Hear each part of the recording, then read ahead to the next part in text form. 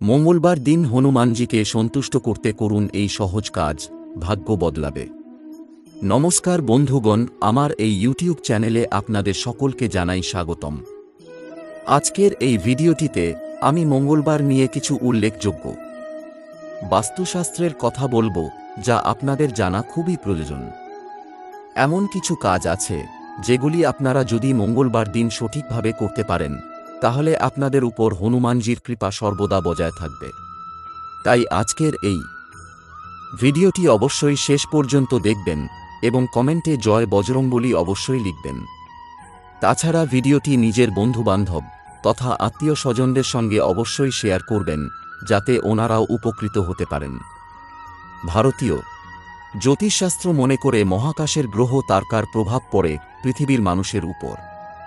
গ্রহ তারকাই স্থির করে দেয় পৃথিবীর মানুষের ভাগ্য। আবার সপ্তাহের দিনগুলিও গ্রহের নামে নামাঙ্কিত। লোকবিশ্বাস অনুযায়ী এই দিনগুলিরও বিশেষ মাহাত্ম্য রয়েছে। কোনো কোনো দিনকে বিশেষ শুভ মনে করা হয়, কোনো কোনো দিনে রয়েছে কিছু বিধিনিষেধ। এমনকি এক স্থান থেকে অন্য স্থানে এই বিধির কিছু কিছু পরিবর্তনও দেখা যায়। মঙ্গলবার দিনটিকে নিয়েও নানা রকমের মত প্রচলিত রয়েছে। সপ্তাহের দ্বিতীয় কাজের দিন এই মঙ্গলবার। মঙ্গল শব্দটির অর্থই হল শুভ, এটি লাল গ্রহটির সঙ্গেও সম্পর্কিত। কিন্তু অনেক জায়গাতেই মানুষ বিশ্বাস করেন এই দিনে কোনো ভালো কাজ শুরু করা উচিত নয়। একেবারে জরুরি প্রয়োজন ছাড়া কোথাও যাত্রা করাও শুভ নয় বলে মনে করা হয়।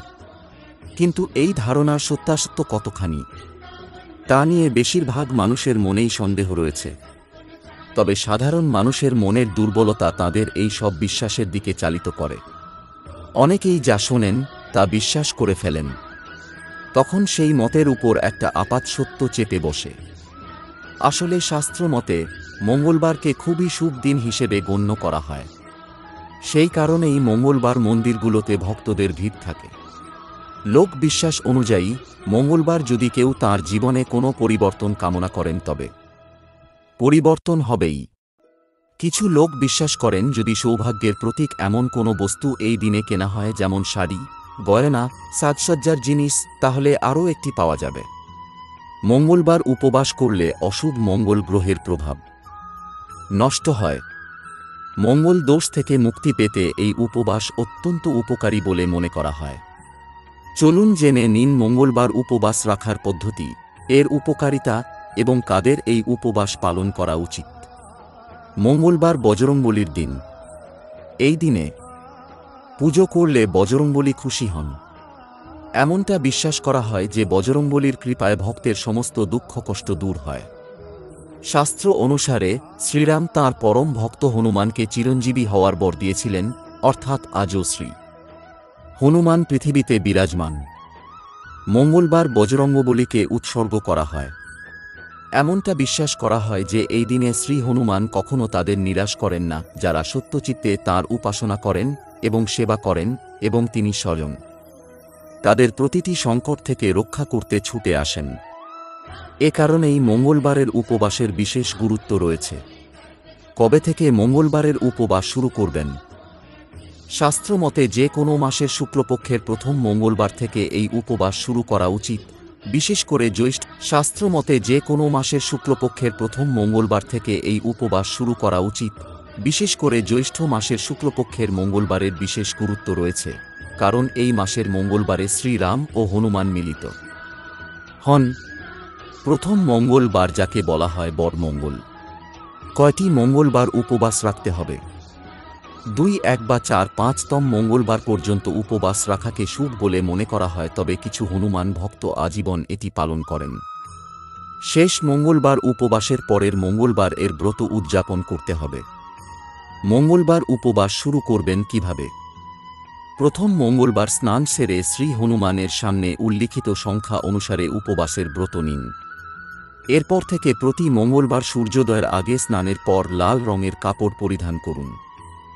বাড়ির উত্তর পূর্ব কোণে শ্রী হনুমানের আসনের জন্য একটি চৌকি রাখুন, এতে বজরংবলীর মূর্তি বা ছবি স্থাপন করুন। হনুমান মন্দিরে গিয়েও পুজো করতে পারেন।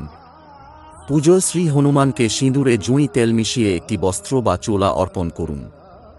লাল রঙের ফুল, কাপড়, নারকেল, গুড়, ছোলা, পান অর্পণ করুন। বোঁদে, কাঠবাদাম, বেসনের লাড্ডু, এই মিষ্টির যে কোনোটি নিবেদন করুন, এগুলো বজরংবলীর প্রিয়। রামসীতাকেও স্মরণ করুন। তাদের ছাড়া শ্রী হনুমানের পুজো অসম্পূর্ণ। হনুমান চল্লিশা বা সুন্দরকাণ্ড পাঠ করুন। শেষে আরতি করুন। প্রতি মঙ্গলবার গুড়, নারকেল, মসুর ডাল, লাল কাপড়, লাল চন্দন অভাবীদের দান করতে হবে। সন্ধ্যায় আবার শ্রী হনুমানকে স্মরণ করে তবেই উপবাস ভাঙবেন। আর নয় অপেক্ষা। তৈরি হল বিরল যোগ, কপাল খুলে যাচ্ছে, দুহাতে কামাবে টাকা। এই 5 রাশি আজ গঠিত গজেশ্বরী যোগ 1-6 ফেব্রুয়ারি দুপুর 02:04 পর্যন্ত স্থায়ী হবে। সেই সময় চাঁদ মেষ রাশি থেকে বেরিয়ে বৃষ রাশিতে প্রবেশ করবে। গজকেশরী যোগ বৃষ রাশিতে প্রবেশের সঙ্গে সঙ্গে বিলীন হয়ে যাবে। গজকেশরী যোগ গঠিত হয়েছে আজ বুধবার 1-4 ফেব্রুয়ারি। যে কোনো একটি রাশিতে চন্দ্র ও বৃহস্পতির যোগ থাকলে গজকেশরী যোগ গঠিত হয়। শ্রী কাল্লাজি বৈদিক বিশ্ববিদ্যালয়ের জ্যোতিষ বিভাগের প্রধান মৃত্যুঞ্জয় তিওয়ারির মতে আজ সকাল 1:04 থেকে বৃষ রাশিতে চন্দ্র গমন করেছে এবং ভগবান বৃহস্পতি ইতিমধ্যেই মেষ রাশিতে রয়েছে। এই কারণে গজকেশরী যোগ গঠিত হয়েছিল। আজ গঠিত গজেশ্বরী যোগ 1-6 ফেব্রুয়ারি দুপুর 02:04 পর্যন্ত স্থায়ী হবে। সেই সময় চাঁদ মেষ রাশি থেকে বেরিয়ে বৃষ রাশিতে প্রবেশ করবে। গজকেশরী যোগ বৃষ রাশিতে প্রবেশের সঙ্গে সঙ্গে বিলীন হয়ে যাবে। মেষ রাশি গজকেশরী যোগের শুভ এবং ইতিবাচক প্রভাব জীবনে দৃশ্যমান হবে। আর্থিক সুবিধা পাবেন। পারিবারিক জীবনে সুখী হবেন এবং ভালো খাবার থাকবে। স্বাস্থ্য ভালো থাকবে। মিথুন রাশি গজকেশরী যোগ আপনার কর্মজীবনের জন্য শুভ প্রমাণ করতে পারে। চাকরির জন্য সময় ভালো যাবে। যারা ব্যবসা করছেন তাঁরাও আর্থিক সুবিধা হবে। ধনী হবেন। বৃহস্পতির কৃপায় এই রাশির জাতক জাতিকাদের বিবাহ নিশ্চিত হতে পারে। কর্কট রাশি গজকেশরী যোগের কারণে আপনার ব্যবসা এবং চাকরিতে বড় লাভের সম্ভাবনা রয়েছে। নতুন কাজের ভালো প্রস্তাব পেতে পারেন। আর্থিক লাভ হবে। আপনার কাজ সফল হবে। নতুন কাজ করার অনুপ্রেরণা পাবেন। তুলা রাশি গজকেশরী যোগে আপনার খ্যাতি ও গৌরব বৃদ্ধি পাবে। এই সময়ে আপনি নতুন জামাকাপড় এবং গয়না কিনতে পারেন। এই সময়ের মধ্যে আপনি আর্থিক সুবিধা পেতে পারে। ভ্রমণের আদর্শ সময়। বৃশ্চিক রাশি বৃহস্পতির কৃপায় আপনার রাশির জাতকরা শিক্ষা, পরীক্ষা এবং কর্মজীবনে সাফল্য পেতে পারেন।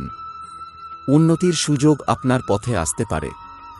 ব্যবসায় সাফল্যের জন্য এই 2টি দিন ভালো যাবে। তো এই ছিল আজকের অর্থাৎ মঙ্গলবারের কিছু মূল্যবান বাস্তু টিপস এবং রাশিফল। যদি ভিডিওটি আপনাদের ভালো লেগে থাকে তাহলে অবশ্যই একটি লাইক করবেন এবং এই ধরনের নিত্য নতুন ভিডিও প্রায়ই দেখার জন্য আমাদের চ্যানেলটি সাবস্ক্রাইব করে আমাদের সাথে থাকবেন। ধন্যবাদ।